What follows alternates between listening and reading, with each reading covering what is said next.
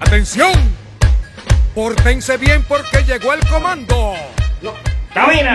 No, chef là. M'va voler. Camina. No, chef là. Camina por ahí. M'va voler, chef là. ¿Qué pasó?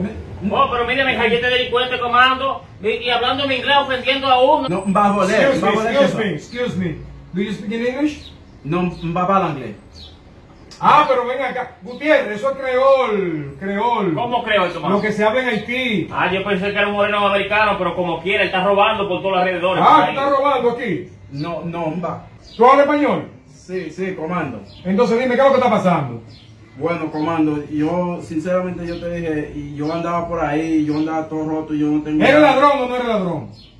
Sí, comando, a mí no me ha... Yo soy ladrón, pero comando, no, sinceramente no me ha ido bien la cosa. Que esta mañana misma yo fui a dar una vuelta y no pude abrir la puerta y...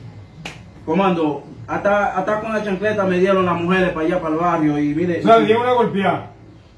Pide golpe, comando, mire cómo me quedó, comando, sin ni uno. O sea, usted no tiene ni un peso arriba. Ni un De peso, todo el robo que comando. usted ha hecho en su vida, usted no tiene ni un peso No, arriba. comando, no. Oiga lo que yo voy a hacer con usted. Sí, vamos a trancarlo. No. Lo que yo voy a hacer con usted, váyase y cuídese por ahí. Déjese de estar robando, ¿usted entiende? No, comando, muchas gracias, pero yo sé que tú estás haciendo tu trabajo. Es mejor si tú quieres que me quedo preso. No, vaya con Dios. No, comando. Cuídese, deje de estar robando, ¿usted entiende? Sí, está bien. Vaya con Dios. Comando.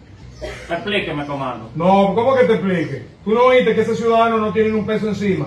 Hay que soltarlo, que se vaya a ver si roba algo durante la semana y el sábado traerlo de nuevo a ver si ha picado algo. Ah, sí, comando, sí.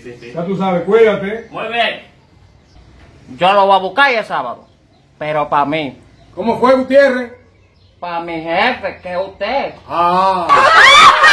El comando es de guerra, el comando es de guerra y le gusta patrullar. Se la busca aquí, se la busca allá, él se sabe cuidar.